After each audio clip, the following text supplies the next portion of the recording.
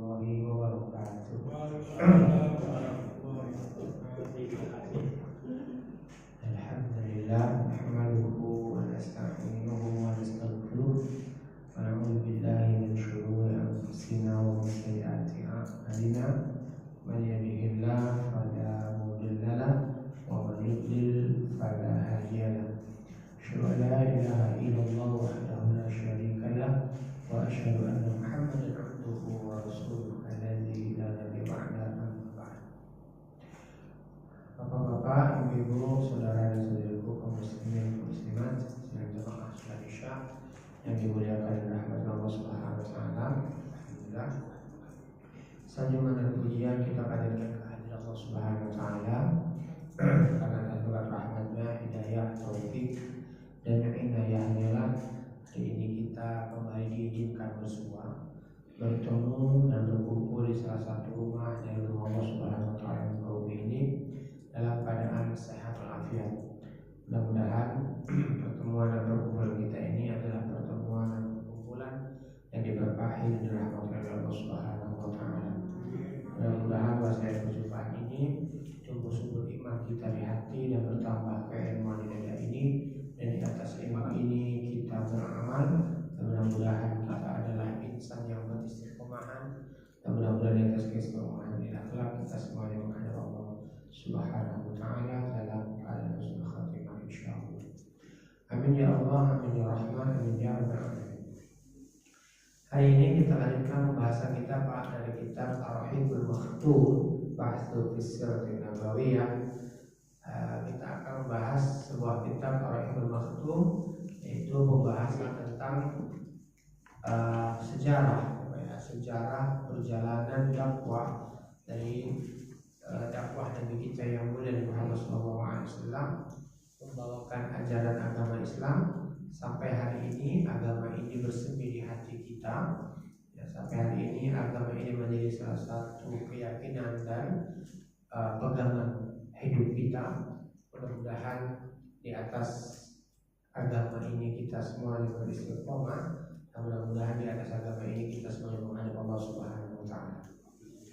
Hari ini kita akan bahas yang selanjutnya, yaitu wafad Quraisy ila Abi Thalib.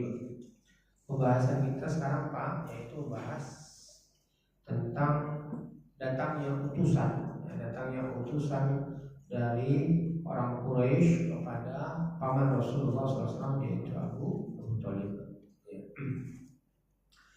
Qala Ibnu Ishaq, berkata Ibnu Ishaq, Ishaq ini adalah pakar sejarah dan beliau sangat ahli sekali dalam masalah sejarah, dan beliau banyak mengumpulkan manuskrip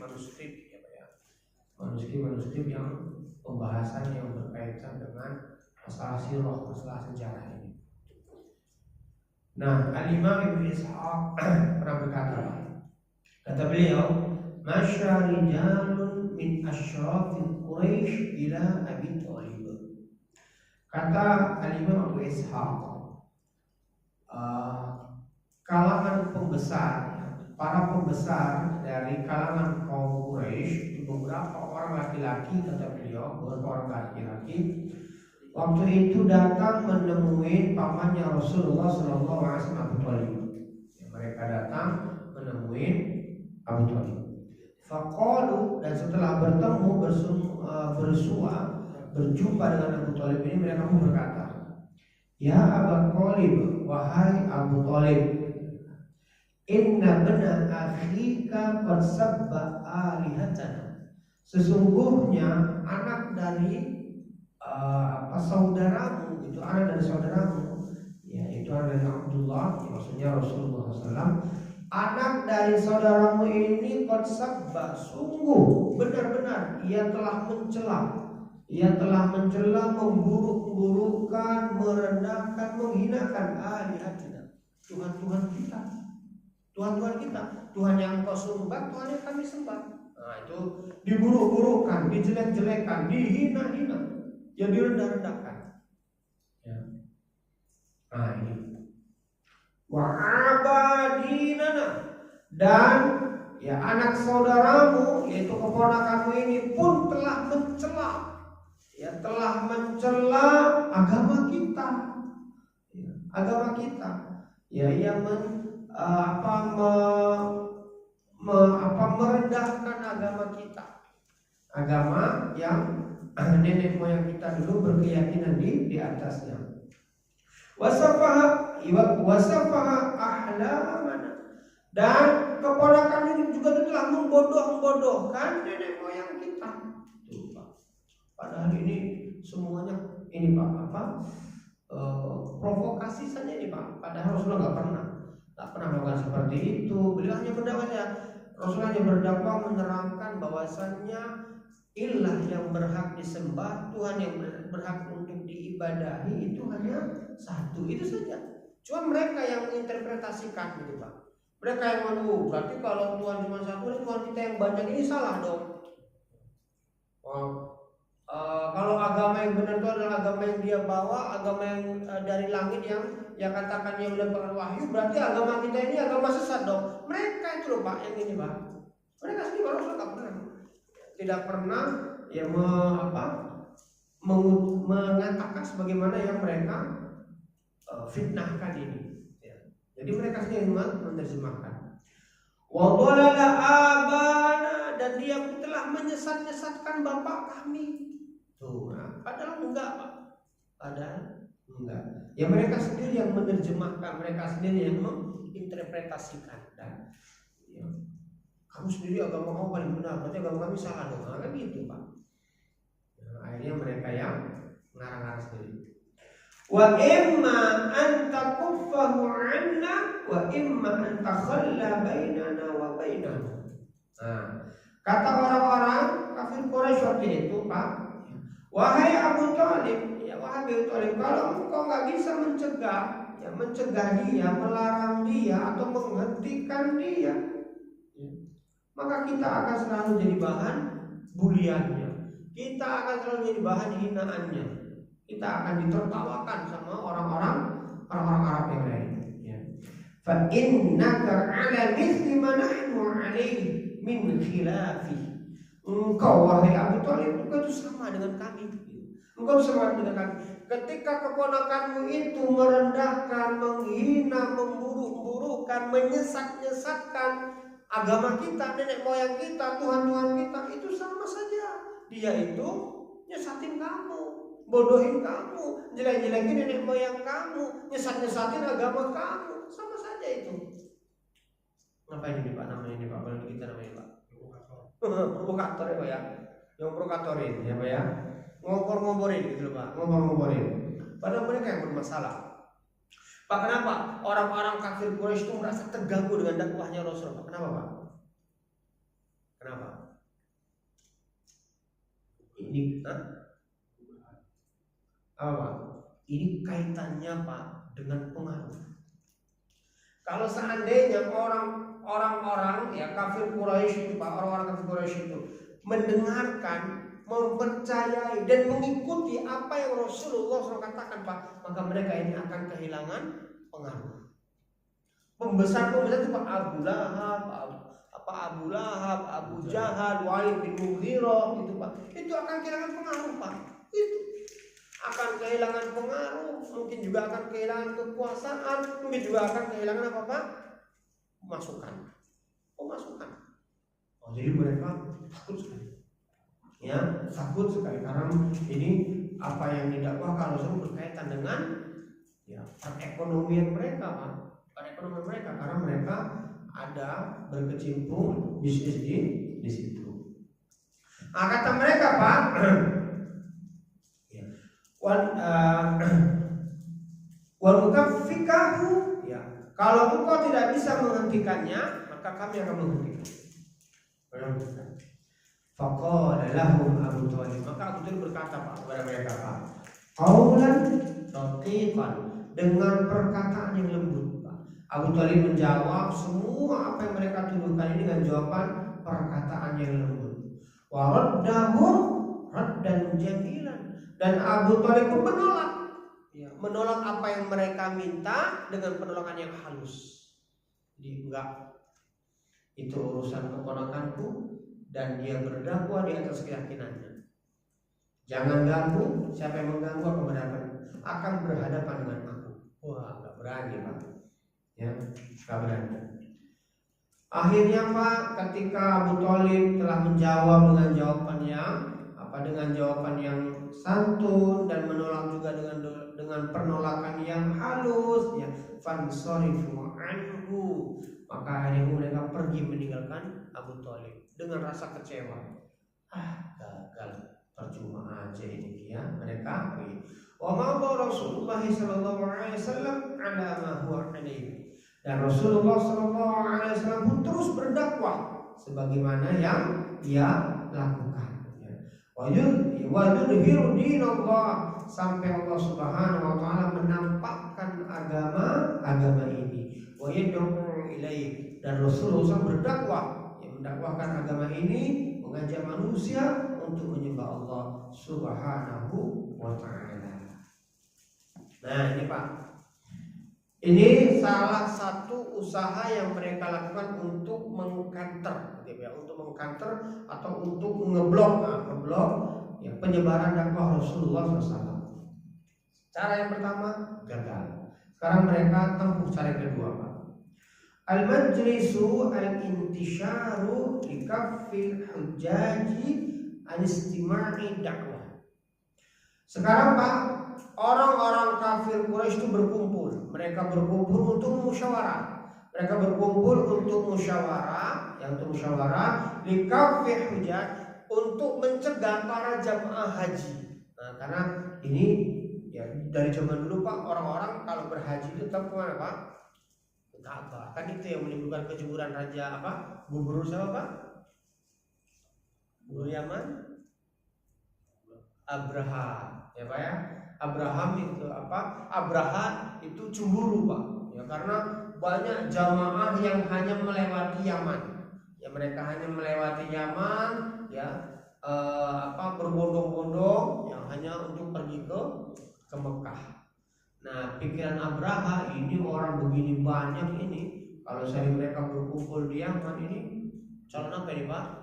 Iya, cuan ini gitu Pak ya. Ya, ekonomi kiranya Pak. Ini banyak datang, ini bisa terbuka lapangan pekerjaan, bisa berputar ini roda perekonomian, bisa terjadi perdagangan, tawar menawar. Nah, pikirannya begitu Pak. Ya, akhirnya dibangun apa Pak? Dia bangun gereja yang megah, dia bangun gereja yang mewah, gereja yang wah. Harapannya orang singgah gitu Pak. Ya nggak perlu jauh-jauh ke Arab Saudi sana ya, untuk nggak perlu jauh-jauh ke Mekah lah gitu Pak. Jauh. Nah ini Pak, orang-orang kafir Quraisy mereka kumpul nih Pak, mereka mau musyawarah gimana ya caranya agar nanti para jamaah haji, orang-orang Arab yang dari jauh-jauh itu datang, mereka mau berhaji, mereka jangan sampai dengar, mereka jangan sampai percaya apa yang dikatakan, apa yang didakwahkan oleh Muhammad. Gimana caranya? Kumpul mereka ini Pak, musyawarah, urung rembuk kalau kita gitu Pak ya. Kalau ini urung rembuk Pak. Wa khilalu hadhihi al-ayami ahammu Quraisy amr akhar. Nah, hari-hari ini Pak, hari-hari ini kata Syekh, ini adalah hari-hari yang penting bagi kaum Quraisy. Kenapa? Karena mereka disibukkan dengan urusan yang lain. Urusan apa itu Pak? Wadzalika anna al-jahra bid-da'wati lam yamudda 'alaihi illa ashhurin ma'dudatin hatta qaraba musim haji. Kata Syekh, karena yang demikian itu mereka tidak mau dakwah yang didakwahkan oleh Muhammad SAW itu tersebar, terdengar, sehingga orang-orang yang dari jauh itu nanti mengikuti. Mereka nggak mau, mereka nggak mau. Kenapa? Karena sebentar lagi akan datang musim haji. Datang musim haji. Ya kalau selama ini kan cuma seputaran orang-orang Mekah saja yang mendengar dakwah ini, tidak sampai menyebar. Kalau orang jamaah haji itu datang, lalu mereka mendengar, menyimak dan mereka percaya lalu beriman, hancur. Nah, ini rusak kita ya. Gimana caranya? Nah, gimana cara untuk mencegah ini Pak? Fa'arafat Quraisy anna wufud al-Arabi yastaqdimu alaihi. Orang-orang Arab Quraisy, ya, pembesar kaum Quraisy tahu bahwasannya orang-orang Arab akan datang dan akan bertanya juga nanti kepada mereka. Ya, emang apa sih yang didakwakan orang itu? Apa sih yang orang itu bertanya? Itu. Fara'at annahu la budda min kalimatin yaqulunaha lil Arab fi sya'ni Muhammad sallallahu alaihi wasallam. Oleh karena itu mereka memandang ini sudah semestinya, ini sudah seyogyanya kita ini satu kata untuk menjelaskan kepada orang-orang Arab bagaimana sebetulnya posisi keadaannya Muhammad SAW. Bagaimana? Jadi kita satu kata, sepakat kita. Nanti kamu ngomong gini, sepakat kita, gitu loh Pak. Biar jangan pecah-pecah perkataannya, beda-beda ya Pak ya. Itu saya nggak tahu itu karena itu gimana kalau kita kelola bersama kan gitu Pak ya, pecah-pecah perkataannya. Yang satu bilang dari sini pecah-pecah. Hatta la takuna lid'awatihi athar fi nufusil Arab. Agar jangan sampai kata mereka dakwah Rasulullah SAW ini memberi pengaruh berdampak positif di jiwa-jiwanya orang-orang Arab. Fastama'u ila al-Walid al-Mughirah. Maka mereka pun berkumpul Pak kepada ke salah seorang yang namanya Al-Walid bin Mughirah. Al-Walid bin Mughirah ini Pak, ini besar kaum Quraisy. Ya, dia punya anak 15 Pak. Walid bin Mughirah ini Pak orang kaya Pak, orang kaya. Bapak yang pernah umroh tahu Taif nggak Pak? Tahu Taif ya Pak ya? Tahu ya Pak ya? Itu Pak diceritakan sejarah dari Taif itu Pak, dari Taif sampai Mekah itu Pak, sepanjang jalan itu dombanya, sapinya, ontanya Walid bin Mughirah Pak. Kalau kaya banget Pak, kaya banget Pak. Dari Taif Pak, jauh loh Taif itu Pak. Itu sepanjang jalan itu apa bahasanya? Keleleran, apa keleleran itu Pak? Berceceran apa Pak? Nah, pokoknya begitulah Pak, bahasa Jawanya keleleran gitu Pak. Itu ontanya, sapinya, dombanya Walid bin Mughirah. Ya, dan dia sangat kaya raya. Dan dia punya 3 orang anak yang masih Islam Pak. Salah satu orang yang sangat terkenal sekali Pak, panglima perang. Siapa Pak? Khalid bin Walid. Iya Pak, Khalid bin Walid ya. Jadi Walid bin Mughirah ini punya 3 orang anak, Hisham bin Walid, ya. Khalid bin Walid ini masuk Islam. Dan yang paling terkenal itu adalah Khalid bin Walid yang masuk Islam. Nah ini Pak, mereka berkumpul Pak. Ya, mereka berkumpul di rumahnya Khalid bin Walid untuk menyatukan satu kata, untuk menyepakati satu kata. Faqala lahum al-Walid. Ya, Walid bin Mughirah pun berkata kepada mereka, ya, ajma'u fihi ra'yan wahidan. Silahkan kalian bersepakat dengan satu pendapat. Kalian harus wajib bersepakat dengan satu pendapat. Wala takhtalifu, ya, tidak boleh kalian berselisih. Ya, tidak boleh kalian beda-beda, harus satu pendapat. Wala yukadzibu ba'dukum ba'dha, dan jangan sampai salah seorang di antara itu mengingkari orang yang lainnya karena tidak satu kata. Ya, tidak kata. Fayaruddu qaulakum ba'dahu ba'dha. Jangan sampai juga ada satu orang yaitu membantah perkataan yang lain. Oh, enggak benar itu, bukan begitu. Nah, jangan sampai kayak gitu. Ya, jangan sampai kayak itu beda-beda. Faqalu, maka orang-orang kafir Quraisy waktu itu berkata, Pak, fa anta faqul. Kalau gitu kamu ngomong dulu, wahai Walid bin Mughirah. Kamu ngomong dulu, apa pendapat kamu? Gitu. Kata dia Pak, kata Walid bin Mughirah, dia berkata, bal antum faqulu asma'. Kalian dulu yang ngomong, aku dengar, aku nyimak, kata mereka. Kalian dulu yang ngomong, ya, silakan kalian ngomong. Maka mereka pun berkata Pak, salah seorang di antara mereka berkata, fanaqulu kahin. Gimana kalau kita katakan Muhammad itu dukun? Gimana? Sepakat nggak? Gimana kalau kita ngomong Muhammad itu adalah kahin, dukun? Qala Walid bin Mughirah berkata, Pak, la wallahi ma huwa bikahin. Enggak, demi Allah Muhammad itu bukan dukun. Dia itu bukan dukun. Kenapa, Pak? Laqad ra'ainal kuhan. Kita sudah tahu kan di mana itu dukun? Ya, kan kita sudah tahu di mana itu dukun. Ya. Fama huwa bizamzamtin al-kahin. Dan kita kan lihat, kita tahu Muhammad itu gak pernah komat kamit baca mantra-mantra umik-umik kayak kelakuannya dukun. Ini dari dulu dukun itu gitu ya, Pak ya. Sampai sekarang kan udah komat kamit, ya. Komat kamit itu gitu ya. Dukun saya dari dulu gitu Pak, komat kamit Pak. Makanya Pak, kata ulama kita kalau ada orang yang meruqyah, misalkan ada Bapak sakit Pak, ya ini ada orang mau meruqyah Bapak dan dia mau bacakan air di air minum ini harus terjelas Pak, terdengar, terjelas. Bacaannya harus dengar, jangan gitu Pak. Jelas dia baca apa? Dia baca Al-Fatihah jelas. Alhamdulillahirrahmanirrahim, Ar-Rahmanirrahim. Dia baca surah Ikhlas jelas. Allahu ahad, Allahu samad. Dia baca ayat-ayat ruqyah harus jelas, jangan ya Pak ya.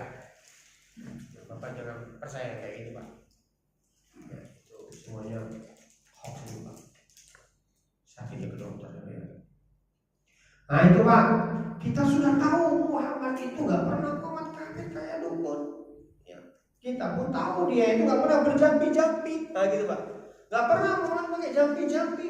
Ya nggak pernah pakai jampi-jampi, nuliskan apa, ya huruf-huruf nggak jelas, taruh di kain lalu digulung, diikat, suruh ngikat dia itu ya. Yang nggak pernah kita lihat kayak gitu Muhammad enggak, dia bukan dukun gitu Pak. Ini Walid bin Mughirah orang cerdas ini Pak, dia tahu dia orang cerdas. Karena memang dia orang yang dituakan gitu Pak ya. Kata mereka kalau gitu, fanaqulu majnun. Gimana kalau kita ngomong Muhammad itu gila? Gimana kalau kita ngomong Muhammad itu gila? Qala Walid bin Mughirah ngomong, "Wa ma huwa bimajnun." Apa-apaan kalian? Kita tahu Muhammad itu gak gila. Laqad ra'aina al-junun. Kita kan sudah tahu sendiri gimana itu orang gila, ya. Arafna, kita kan tahu orang gila itu kayak mana, ya. Dan kita pun sudah melihat kelakuannya orang gila. Wa ma huwa bil khamqihi wa la yukhalijahi. Kita lihat Muhammad itu nggak ngomong-ngomong sendiri, nggak ketawa-ketawa sendiri, nggak nangis-nangis, nggak menentu, nggak jelas. Kita tahu sendiri kan Muhammad itu. Ini ada orang nyoret-nyoret wali gitu ya. Wali nggak jelas, mobil orang dicoretin wali, apa orang dicoretin wali, sholat juga enggak wali gitu ya. Iya lah, wali baik ya Pak ya. Wali gitu Pak, pokoknya ada benar wali Pak. Gak pakai baju, gak pakai ini, wali gitu ya. Tidak, kita tahu Muhammad gak kayak gitu. Gak ngomong sendiri, gak ngomong, gak jelas-jelas, gak ketawa, gak jelas-jelas, gak nangis, enggak. Dia bukan gila. Kenapa Pak Walid bin Mughirah mengkritisi Pak? Karena kalau disepakati Muhammad ini gila, kira-kira orang-orang yang dengar ini ngomong sama Pak? Apa kata mereka Pak? Kalian itu yang gila. Kenapa? Ketika orang Arab itu dari dulu sudah menggelari Rasulullah menggelar apa Pak?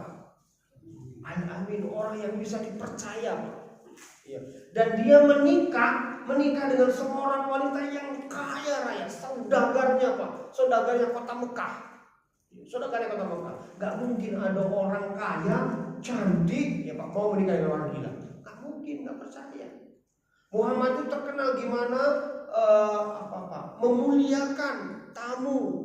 Bagaimana beliau membantu ringan tangan, membantu menolong orang-orang miskin, membantu anak-anak yatim. Bahkan ada anak-anak yatim itu diangkat jadi anaknya. Enggak mungkin kalian yang gila. Jangan. Kata beliau ini ya bumerang buat kita kalau kita ngomong dulu. Jangan. Ayo, ada pendapat lain? Kata Khalid bin Walid. Apa? Kata Walid bin Mughirah. Ada pendapat lain? Ya. Ada yang ngomong Pak. Nah, kalau begitu kita katakan fanaqulu syair. Gimana kalau kita ngomong Muhammad itu penyair? Itu penyair. Kata Walid bin Mughirah, qala wa ma huwa bisya'ir. Enggak, dia bukan seorang penyair. Laqad arafna syair kulli. Kita semuanya kan udah tahu apa itu jenis-jenis dari syair. Kita tahu bagaimana ragamnya, bagaimana macamnya, bagaimana modelnya, kita udah tahu. Ya, apa yang diucapkan oleh Muhammad itu bukan syair, ya, bukan syair. Ya, kenapa Pak? Ya, karena apa yang diucapkan oleh Rasulullah SAW itu Pak ternyata mengalahkan seluruh syair-syair yang ada. Dulu orang Arab itu senang sama syair Pak, senang sama qasidah. Itu qasidah yang terbaik, syair yang terbaik itu ditempel di dinding Ka'bah, dan itu akan ketika ada orang tawaf membaca lalu diingat-ingat dan dicari siapa sih penulisnya gitu. Dan mereka akan mendapatkan uang yang banyak dari syair-syair mereka yang menghadirkan atau yang indah itu. Enggak, kata Walid bin Mughirah, dia bukan syair. Kita tahu sendiri. Lalu kata mereka Pak Fama, ya. Lalu kata mereka, qalu fanaqul sahir. Kalau begitu kita ngomongnya Muhammad itu tukang sihir. Tukang sihir. Qala Walid bin Mughirah ngomong Pak, wa ma huwa bisahir. Dia bukan tukang sihir. Kalau tukang sihir itu kita tahu. Laqad ra'ayna sihar. Kita sudah melihat bagaimana sihir itu. Wa sihruhum, dan kita sudah tahu siapa itu pelaku sihir. Ya, pelaku sihir. Fama huwa binafsihim, dan kita Muhammad itu nggak pernah dia menjampi lalu meniup. Nah, sesuatu nggak pernah kita lihat, ya nggak pernah. Wala aqlihim, dan kita pun nggak pernah lihat Muhammad itu pakai jimat, nggak pernah kita lihat Muhammad pakai jimat, dikalungkan atau ditempelkan di tangan atau diletakkan di cincin, nggak pernah kita lihat. Ya. Kata mereka, kalau begitu famanaqul. Kalau begitu kita ngomong apa? Kita ngomong apa? Kok semuanya salah? Apa kata Walid bin Mughirah? Wallahi, demi Allah, inna la qawluhu la halawat. Sesungguhnya apa yang dikatakan oleh Muhammad adalah sebuah kelezatan. Pak, ternyata ya, saya baca di tafsir surah Al-Mudaththir Pak. Ternyata Walid bin Mughirah ini Pak, diam-diam itu dia sering dengarkan Al-Quran Pak. Dia sering dengarkan Al-Quran, bahkan dia terpesona, bahkan dia kalau kita sekarang Pak itu ya terpukau gitu Pak, dia terpukau takjub Pak. Masya Allah Al-Quran ini. Bahkan dia sering datang ke rumah Rasulullah SAW Pak, hanya untuk mau mendengarkan adakah ayat yang baru turun yang dia belum dengar. Cuma mau dengar itu Pak. Dan sebenarnya Walid bin Mughirah ini Pak, ya, dia sudah mulai tertarik dengan Islam Pak. Ya, tapi itu Pak, ternyata kedudukan ya Pak ya, takut kehilangan pengaruh atau takut kehilangan kekuasaan ini menghalangi dia dari hidayah. Nah ini jangan sampai kita seperti itu ya Pak ya. Jangan sampai karena kita takut ya kehilangan pengaruh, takut kehilangan pendukung, takut kehilangan kekuasaan, sehingga hidayah yang sudah di hadapan kita menolaknya hanya karena urusan remeh-temeh dunia ya Pak ya. Nah ini Pak, kata Walid bin Mughirah, sesungguhnya demi Allah apa yang diucapkan oleh Muhammad itu adalah sebuah kemanisan, manis gitu Pak. Wa inna aslahu laqantun, dan sesungguhnya pangkal awal gitu Pak ya. Jadi pangkal awal dari apa yang diucapkan oleh Muhammad itu adalah sebuah kenikmatan mendalam yang menusuk sampai ke sanubari, jadi langsung kena sampai ke dalam hati. Wa inna far'ahu ya lajjatun, dan sesungguhnya cabang-cabangnya adalah semuanya kenikmatan demi kenikmatan. Lihat Pak, jadi setiap apa yang diucapkan oleh Rasulullah itu berpengaruh. Ya, ini karena mereka mungkin tahu bahasa Arab gitu Pak ya. Kita kan enggak ya Pak ya. Ya kita mah biasa aja ya Pak ya. Kecuali kalau yang bacanya bagus gitu ya. Kalau yang bacanya bagus, nah kita mungkin kayak ini. Hanya ada jamaah yang ngomong, kok saya di Saudi itu kalau sholat itu dengar imam yang baca Quran nangis katanya gitu. Mungkin ibu tahu artinya, nggak tahu gitu ya. Ternyata yaitu terbawa dengan bacaan Qur'annya, sehingga hatinya itu terteduhkan, terteduhkan dengan apa yang dia dengar. Wa ma antum biqailina min hadza syai'an illa 'arafa annahu batil. Dan kalian tahu, kata Walid bin Mughirah, kalian itu tahu, ya kalian itu ngerti bahwasannya apa saja yang kalian katakan, apa saja yang kalian tuduhkan kepada Rasul, kalian tahu itu semua adalah tuduhan yang batil. Tuh, Pak. Jadi Walid bin Mughirah seolah-olah ngomong begini, Pak. Kalian sebetulnya ketika ngomong Muhammad itu orang gila, Muhammad itu dukun, Muhammad itu penyair, Muhammad itu tukang sihir, kalian sendiri tahu apa yang kalian katakan itu gak benar. Tahu kalian sebetulnya. Ini kan telak ini, Pak ya. Iya, kalian sendiri sebetulnya batin kalian tahu. Batin kalian itu tahu. Mau ngomong apa kalian? Waduh, bingung kata saya. Jadi gimana ini? Ditambah lagi Pak sama Walid bin Mughirah, Pak. Kata Walid bin Mughirah, wa inna aqrabal qawli fihi li anna taqul sahir. Kata beliau, kata Walid bin Mughirah, Pak, sesungguhnya ya, dari semua apa yang kalian katakan tadi, yang paling dekat perkataan kalian yang bisa kita katakan tentang Muhammad ini adalah tukang sihir. Itu yang paling dekat. Kalau dukun enggak, tukang penyair enggak. Ya, kalau orang gila enggak. Cuma yang paling dekat, kata Walid bin Mughirah itu, kita katakan dia ini adalah sahir, tukang sihir. Alasannya, argumennya, ini Pak. Walid bin Mughirah bukan argumen. Argumennya apa, Pak? Argumennya katanya begini, Pak. Kenapa kita katakan yang paling dekat itu adalah sahir, tukang sihir? Katanya ja'a biqaulin huwa sihr. Karena Muhammad ini datang dengan kata-kata, ya, dia datang dengan perkataan yang menyihir, yang menyirap, gitu Pak, yang menghipnotis, gitu Pak. Jadi yang membuat orang itu apa istilahnya, Pak ya? Langsung ikut. Apa itu Pak? Langsung ikut itu Pak? Pokoknya begitulah Pak. Jadi brainwash, gitu Pak ya. Jadi Muhammad ini langsung cuci otak, gitu Pak. Langsung nyuci otak dia, cuci otak. Kita katakan Muhammad ini perkataannya adalah menyihir. Yufarriqu bainal mar'i wa abihi.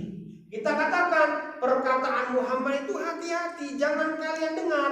Karena siapa yang mendengar perkataan Muhammad itu, yang mendengar akan bisa menjadi Yufarriqu, berpisah antara seseorang dengan bapaknya. Siapa contohnya, Pak? Siapa contohnya ini, Pak? Ali bin Abi Thalib dengan bapaknya Abu Thalib. Ali bin Abi Thalib masuk Islam, ya Pak ya. Bapaknya Abu Thalib bukan. Itu Pak. Wa bainal mar'i wa akhi. Dan perkataan Muhammad itu bisa memisahkan antara saudara dengan saudara yang lainnya. Bahaya, Pak. Bahaya. Wa bainal mar'i wa zaujati. Dan perkataan Muhammad itu bisa memisahkan antara seorang suami dengan istrinya. Buktinya banyak. Wah, gitu kata mereka, Pak. Buktinya banyak. Tuh saudara-saudara kami itu, ya, tuh. Ada yang namanya seorang pemuda, Pak. Siapa dia, Pak? Mus'ab bin Umair. Ada kisah Mus'ab bin Umair, Pak? Mus'ab bin Umair, Pak, pemuda yang sangat tampan rupawan, Pak. Ya. Dan dia itu, Pak, kesayangan orang tuanya, Pak. Sangat dimanjai sama orang tuanya, Pak. Mus'ab bin Umair itu, Pak, dia kalau pakai minyak wangi, Pak, itu jarak sekian ratus meter aroma wangi sudah kecium, Pak. Dan Mus'ab bin Umair itu, Pak, kalau dia lewat, Pak, itu para perempuan itu, Pak, berdiri di depan pintu mereka hanya untuk melihat Mus'ab bin Umair, Pak. Lelaki yang sangat tampan, lelaki yang sangat harum dan kaya raya, Pak. Bapaknya kaya raya.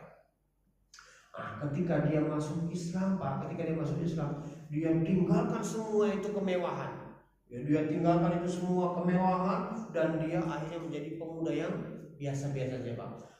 Karena waktu itu orang tuanya nyetop Pak, semua ya properti yang selama ini dia punya, yang dia miliki semua disetop Pak, nggak dikasih lagi. Dan orang tuanya waktu itu mogok makan Pak. Kata orang tuanya, wahai Umir, ya wahai Umir, kalau engkau tetap menjadi pengikutnya Muhammad, maka ya ibu akan mogok makan. Ibu akan berhenti mogok makan kalau kamu sudah kembali ke agama nenek moyang. Itu Pak. Jadi ternyata Pak, ya, demo mogok makan itu siapa yang melakukan Pak? Kafir Quraisy yang pertama. Ini. Kemarin ada seorang bapak Pak. Ada seorang bapak. Suami istri datang kepada saya Pak. Dia konsul, gitu Pak ya, mau konsul. Konsul anaknya yang sudah 3 hari nggak makan-makan. Perkaranya apa? Perkara ini anak Pak, ya ternyata ke pondok itu bawa HP, diem-diem dikasih HP sama uminya. Di pondok ternyata dia itu main HP terus Pak. Ya, main HP dan dia kalau liburan itu ke tempat neneknya karena dekat di pondoknya dengan tempat neneknya. Itu nggak mau pulang ke Karawang ke tempat neneknya karena puas main HP di sana Pak. Sampai ke bawah di rumah Pak, di rumah itu dia main HP terus Pak. Sampai akhirnya bapaknya marah, HP-nya disita.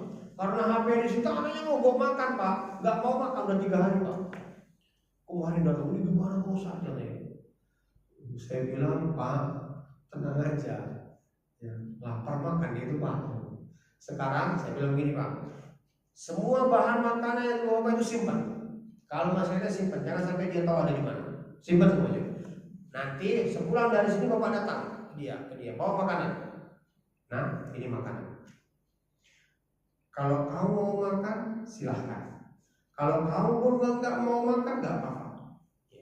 Tapi jangan harap mogok makanmu ini akan menjadi ketakutan Bapak, lalu Bapak menyerah dan memberikan HP kepada kamu. Enggak, nah. HP nggak akan Bapak berikan. Silahkan mogok makan terus. Sakit, bawa ke Primaya, dekat rumah sakit. Saya bilang gitu Pak. Saya bilang kayak gitu. Akhirnya ya udah pulang Pak, udah pulang. Akhirnya gitu kan Pak, dibawa makanan. Nah ini kalau mau makan silakan, enggak juga nggak apa-apa.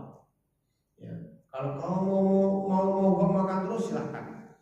Ya, berapa hari kamu masih kuat mogok makan aja nah. Nggak akan Bapak kasih HP. Tapi kalau kamu mau makan, silakan makan. Nanti kalau sudah kenyang, silakan ketemu Bapak, kita berkesepakatan tentang main HP ini. Kemarin saya bertanya Pak sekarang di mana Ananda? Katanya. Alhamdulillah bosan, udah makan, kayak gitu. Udah makan dan kita udah buat kesepakatan. Gitu Pak. Emang siapa yang kuat gak makan Pak ya? Ya. Dan saya ngomong ke bapaknya Pak, Bapak tahu nggak 3 hari itu dia bukan nggak makan Pak. Loh bosan terus mana? Saya yakin Pak dia itu makan. Malam-malam mungkin jam 1, jam 2 dia keluar makan. Nanya ke istrinya, iya Pak ya? Ya nggak tahu sih, pokoknya kalau pagi itu emang udah ada kurang gitu kan. Udah kurang itu Pak. Makanannya udah kurang, nasi udah kurang, lauk udah kurang. Makan dia Pak, tenang aja Bapak makan itu Pak. Cuman dia makannya malam-malam. Ya, ketika Bapak tidur, ketika Ibu tidur, atau ketika Bapak udah berangkat kerja, gak ada orang dia makan gitu Pak. 3 hari sama Pak, nggak makan Pak. Kita 1 hari ya pusing kan Pak ya. Iya, itu mau langsung nggak mau Pak. Katanya nggak mau makan Pak sambil dikasih HP. Sebenarnya jangan kasih HP Pak, jangan kasih HP. Sakit mau sakit. Nanti sekali Bapak kasih, itu menjadi senjata buat dia. Kapan dia lagi ngamuk, begitu caranya, tingkahnya. Kapan dia ngamuk, begitu polanya. Gitu Pak, itu pola itu akan berulang. Saya bilang jangan Pak, tahan. Ditahan Pak, akhirnya makan dan sekarang udah berkesepakatan. Ya, dan sudah mengatur waktu-waktu kapan main HP-nya. Alhamdulillah. Jadi gitu ya Pak ya. Jangan kita sampai diperbudak anak. Ada doa Pak. Ada doa yang harus ajarkan Pak. Ada ini 2 orang loh Pak kemarin ngadu. Yang satu kemarin juga ngadu anaknya kayak gitu Pak. Juga anaknya apa itu Pak istilahnya ya? Kalau istilah kita itu apa ini Pak ya? Ngambek lah gitu Pak ya. Apa istilah ngambek itu Pak? Merajuk. Ya pokoknya gitu lah Pak, merajuk, ngambek gitu Pak. Jadi anak itu ngambek Pak. Yang ngambek yang gitu sama sesuka-suka hatinya saja. Ya. Orang tuanya bahkan sudah didoakan mati kalau lah mati aja orang tua gitu. Ada doa Pak yang saya ajarkan Pak. Ini perlu doa yang kita amalkan Pak. Doanya begini Pak. Allahumma inni a'udzubika min jahli su. Ya Allah, aku memohon perlindungan kepadamu dari tetangga yang buruk. Ya. Wa min zaujin, ya. Wa min, ya. Wa min zaujin tashribuni qabla al-mushibi, dan aku mohon perlindungan kepadamu ya Allah dari pasangan yang membuat aku tua sebelum waktunya. Yang ketiga, Pak, wa min waladin yakunu alayya rabban, dan aku mohon perlindungan kepadamu ya Allah dari anak yang memperbudak, yang jadi tuan, jadi majikan. Kita orang tua jadi budaknya. Wa min malin yakunu alayya azaban, dan aku mohon perlindungan kepadamu ya Allah dari harta yang hanya akan menjadi azab untuk kami. Wa min khalilin makirin ainahu carani wa qalbi ra'ani in ra'a hasan tadafanaha wa ra'a sayatan aja'ah. Dan aku mohon perlindungan kepadamu ya Allah dari teman dekat, dari teman dekat yang matanya itu berkhianat, yang matanya itu selalu mengawasi. Kalau dia lihat aku berbuat kebaikan, dia pendam itu dalam kebaikan. Tapi kalau dia lihat aku berbuat kesalahan, kecil kesalahan itu Pak, dia langsung sebarluaskan. Ini namanya teman apa Pak? Teman apa ini Pak? Teman menggunting dalam lipatan, menjegal dalam perjalanan, pagar makan tanaman mansures. Ini teman yang berkhianat Pak, wajahnya senyum tapi ternyata dia menyimpan apa itu makar, itu Pak, dia menyimpan rasa kejelekan. Nah itu 5 Pak, doa permohonan kita kepada Allah Subhanahu Wa Taala agar kita dijaga dari tetangga yang buruk, ya pasangan hidup yang nyusahin, pasangan hidup yang jadi beban saja Pak. Anak yang menjadi majikan, jadi tuan, kita jadi budak, ya harta yang hanya menjadi azab, dan sahabat yang berkhianat. Nah, itu jangan 5 permohonan kita kepada Allah Subhanahu Wa Taala. Saya selalu mengulang-ulang doa itu Pak, ya. Karena anak-anak sekarang Pak, ya Allah Pak, ya, anak-anak sekarang itu terlalu banyak racun yang mereka ini kan Pak, yang mereka harus hadapi. Kalau kita dulu Pak, cuma TPRI kan Pak ya, cuma TPRI itu ya. Yang paling kita sebulan sekali, seminggu sekali itu Pak, nengok Anda cinta, saya cinta, buatan ini, nah, itu sebulan sekali Pak ya, apresiasi film Indonesia ya Pak ya. Bapak nggak tahu Pak? Aduh Pak ya. Atau SAFARI Safari itu ya. Jadi sebulan sekali kayaknya gitu kan Pak ya. Iya sebulan sekali. Nah, pagi-paginya kita nonton film Gaban, Megaloman gitu Pak ya. Iya, Gaban, Megaloman, no? Satria Baja Hitam gitu Pak ya, Power Rangers itu doang Pak. Unyil itu anak sekarang Pak, Masya Allah. Di tangannya itu Pak, apa yang mau mereka akses bisa Pak. Iya. Wah, ngeri sekali sekarang Pak, ngeri. Makanya anak-anak sekarang Pak, ya Bapak kalau punya anak yang nurut, dikasih tahu dia itu, alhamdulillah Pak, itu berkah buat Bapak. Karena saya bukan puluhan Pak, ratusan udah orang tua yang mengeluh ya tentang bagaimana menghadapi anaknya Pak. Mengeluh menghadapi anaknya Pak. Makanya anak Bapak itu kalau dikasih tahu dia manut, dinasihatin dia nurut, alhamdulillah ya Pak. Alhamdulillah Pak, banyak-banyak bersyukur kepada Allah Pak. Ya.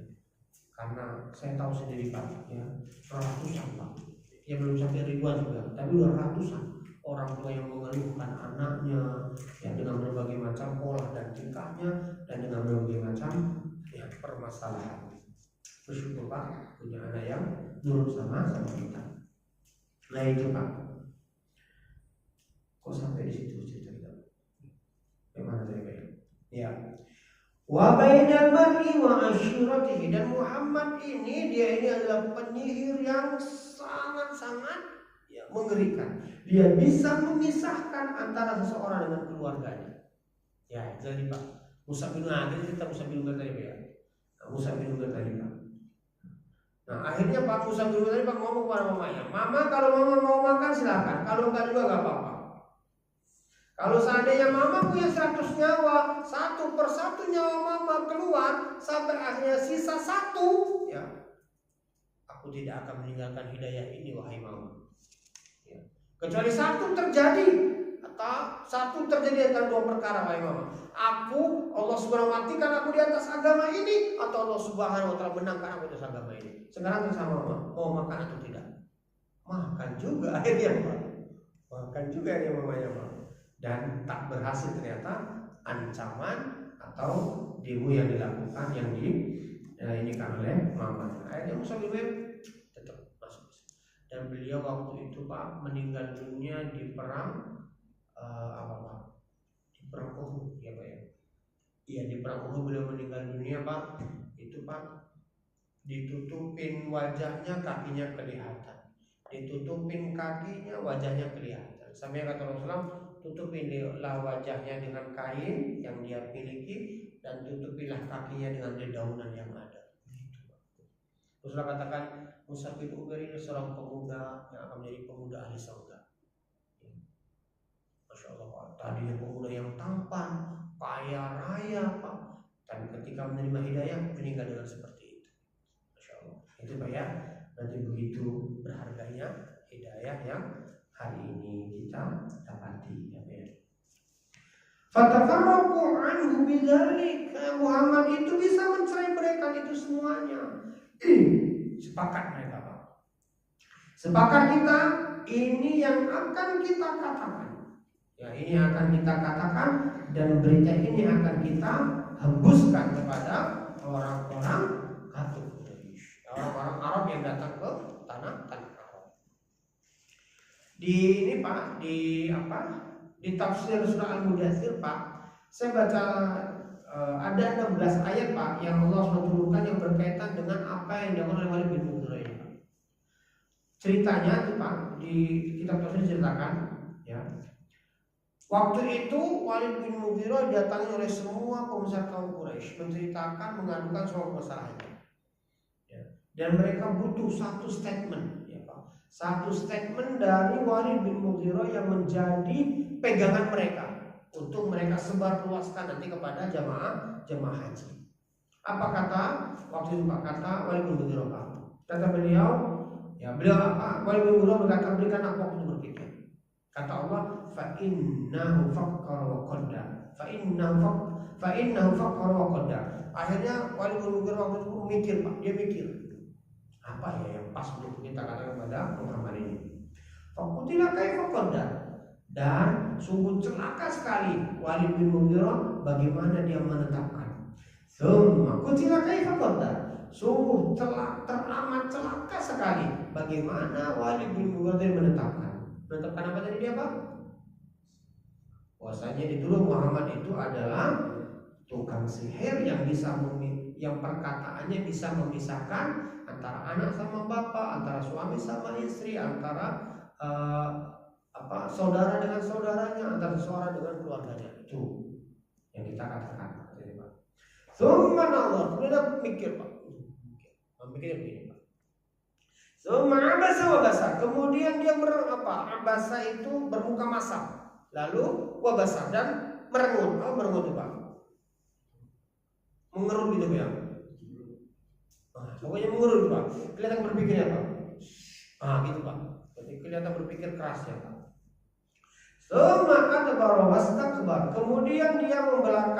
Kemudian dia membelakangi dengan bersifat sombongnya.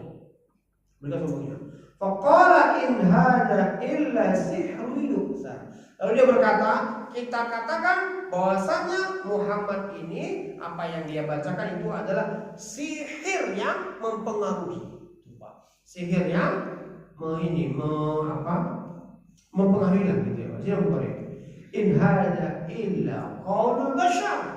Kita katakan bahwasanya apa yang dibacakan oleh Muhammad itu yang dia sebut sebagai Al-Quran itu, kita sepakat kita mengatakannya itu adalah perkataan manusia biasa. Ya, perkataan manusia biasa. Ini, Pak. Ya. Ini yang dikatakan oleh Walid bin Mughirah dan seluruh pembesar kaum Quraisy waktu itu menyepakati, Pak. Makanya Walid bin Mughirah pun Allah Subhanahu berikan siksa kepadanya dengan apa, Pak?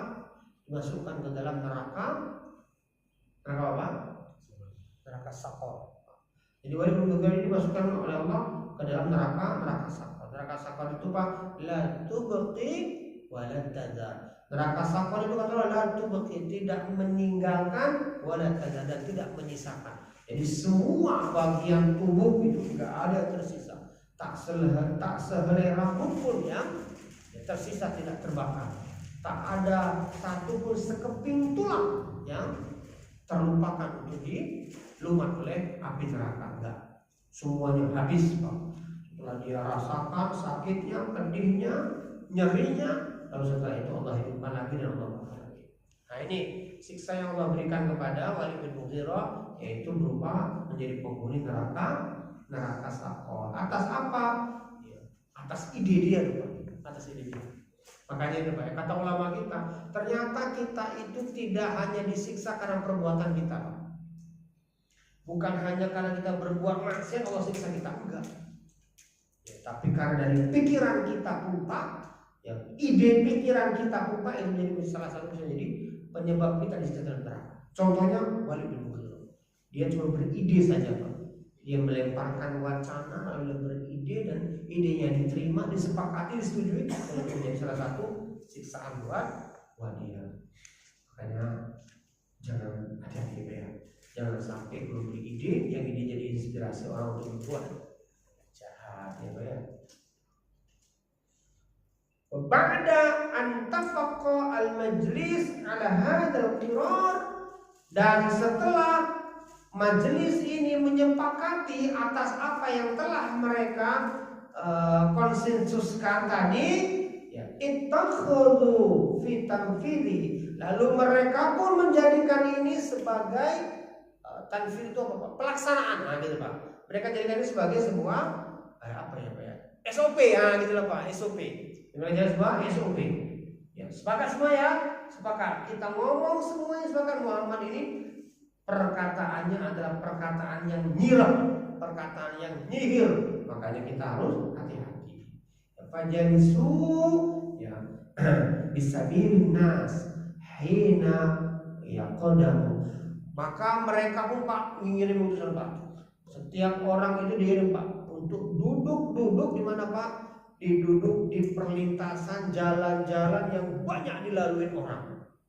Biasa mereka itu Pak.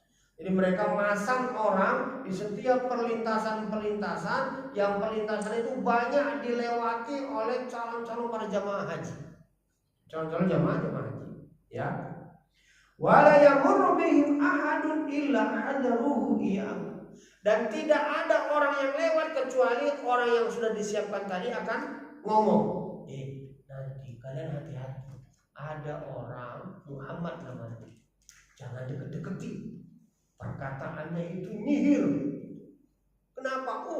Ada di antara kami ada anak pisah sama keluarganya. Ada suami pisah sama istrinya, ada anak pisah sama bapaknya, ada adik pisah sama kakaknya. Hati-hati. Gitu. Apa ini kalau sekarang istilahnya nih Pak? Apa? Nyebar hoax gitu Pak ya? Nyebar hoax gitu loh Pak. Nyebar berita bohong Pak. Yang berita bohong. Kalau musim kampanye apa namanya nih Pak? Tim suksesnya nih Pak. Kalau musim kampanye apa nih Pak? Tim suksesnya nih Pak? Black? Gitu Pak. Kampanye hitam Pak. Ya, kampanye hitam, black campaign ini Pak. Ini black campaign ini Pak. Ya black campaign ini Pak. Ya kampanye hitam. Ya, kampanye hitam. Seperti dulu Pak Jokowi dibilang PKI apa gitu Pak ya? Iya, dibilang PKI apa macam gitu. Itu kan apa itu Pak? Black campaign ini Pak. Kampanye hitam. Nah itu Pak, sekarang Pak. Dulu Pak, itu yang dulu dilakukan oleh orang-orang kafir Quraisy. Wala yamurru bihim ahadun illa hadaruhu iyyahu wa dzakaru lahum amrahu. Dan mereka mengingatkan kepada mereka akan Muhammad. Hati-hati loh kalian. Hati-hati. Waspadalah. Karena kejahatan terjadi bukan hanya karena pesan Bang Rafi gitu ya. Hati-hati kalau mereka itu. Walladzi tawalla kabura dzalik. dan setiap siapa yang lewat itu Pak, ya maka akan dikabari berita seperti itu. Dan yang paling ya menjadi pengkoordinir itu semuanya Pak, ya dia adalah Abu Lahab. Pak. Abu Lahab jadi koordinatornya ini Pak. Dia yang jadi penggerak itu semuanya, digerakkan semuanya Pak. Abu Lahab. Faqad kana Rasulullah sallallahu alaihi wasallam yattabi'un nas idza wafa musimul haji. Dan sungguh Rasulullah SAW setiap ketemu sama manusia, kalau Rasulullah itu mau ngomong Pak, Abu Lahab sudah ada di belakang Pak. Abu Lahab ngomong, jangan percaya kata dia, aku ini pamannya, dia itu bohong itu lagi itu Pak. Ya, kayak gitu loh Pak. Abu Lahab itu Pak. Sadis Abu Lahab ini ya, pantas lah coba ya, seberapa dia ya. Gitu Pak. Pokoknya setiap Rasulullah ngomong berdakwah sama orang Pak, dia langsung ngomong dakwah, jangan percaya sama dia, hati-hati, ya waspada, gitu Pak ya. Makanya Pak, oleh Rasulullah Shallallahu Alaihi Wasallam waktu itu Pak, kemana saja selalu diikuti oleh Abu Lahab. Ya da'uhum ilallah, ketika Rasul mengajak manusia untuk ke jalan Allah Subhanahu wa taala, wa Abu Lahab wara'ahu, maka Abu Lahab akan ada di belakang Rasulullah SAW. Yaqulan, dia akan berkata, la tuti'uh, jangan ikuti dia, jangan percaya sama dia. Fa innahu sabiyul kadzdzab, karena sesungguhnya dia ini adalah orang yang suka berbuat dusta, orang yang bohong. Dia ngomong itu bohong, hati-hati ya. Wa ada dzalika ila anna sadratul arab min dzalika musim bi'amdi Rasulullah sallallahu alaihi wasallam. Dan yang demikian itu Pak, demikian itu terus terjadi sepanjang orang-orang Arab itu melakukan musim haji, dan Rasulullah SAW selalu berdakwah dan selalu dihalangi. Wa tashara dzikrahu fi biladil Arab. Tapi ternyata ada hikmahnya Pak. Apa hikmahnya Pak? Orang-orang Arab dari tahu ternyata di Mekah itu ada seorang pemuda Muhammad namanya, yang dia mengajarkan, menyerukan, membacakan begini. Ternyata berita ini terbawa sampai ke kampung halaman mereka. Kami waktu di Mekah itu, waktu naik haji itu ada Muhammad yang berdakwah, ada anak muda Muhammad namanya, dia berdakwah begini. Tapi ada orang di belakangnya dia selalu ngomong, jangan percaya, hati-hati. Karena ternyata kalau terlalu ini Pak, terlalu reaktif pun Pak, orang jadi curiga kan Pak. Karena selalu berdakwahnya Pak, tapi terlalu reaktif banget Pak, mengkanternya, menjelekkannya, menjatuhkannya, terlalu banget Pak. Orang jadi apa Pak? Kok gitu banget ya? Nah gitu kan Pak ya. Nah itu pun yang terjadi kepada Rasulullah SAW. Ternyata orang-orang dari Arab tadi, orang-orang tadi Pak, yang Rasulullah SAW diperlakukan seperti itu, mereka bertanya-tanya ada apa ya? Kok begitu banget, ada apa ya? Kenapa nggak dibiarin aja gitu? Kok dihalangin banget, ada apa ya? Nah, ya mereka pun bertanya-tanya sampai akhirnya Pak, ada beberapa orang Arab waktu itu yang di Madinah Pak, yang mereka sudah mulai mendengar Rasulullah SAW, dakwahnya Rasulullah SAW. Makanya ketika Rasulullah Pak hijrah ke Madinah itu Pak, berdua dengan sahabatnya Abu Bakar, kan langsung disambut kan Pak? Langsung disambut Rasulullah SAW, langsung disambut dan langsung dieluk-elukan, diajak ke rumah Abu Ayyub Al-Ansari Pak, mau disambut, ya, mau dikasih ini, diapain? Karena mereka sudah mendengar cerita kabar tentang Rasulullah SAW. Yang ini pun ternyata gara-gara terlalu reaktifnya orang-orang kafir Quraisy. Akhirnya orang-orang pun berempati, bersimpati dan mencari ada apa semua di balik ini. Nah ini mungkin Pak yang bisa kita sampaikan. Selanjutnya mungkin ada pertanyaan, monggo Bapak yang mau bertanya.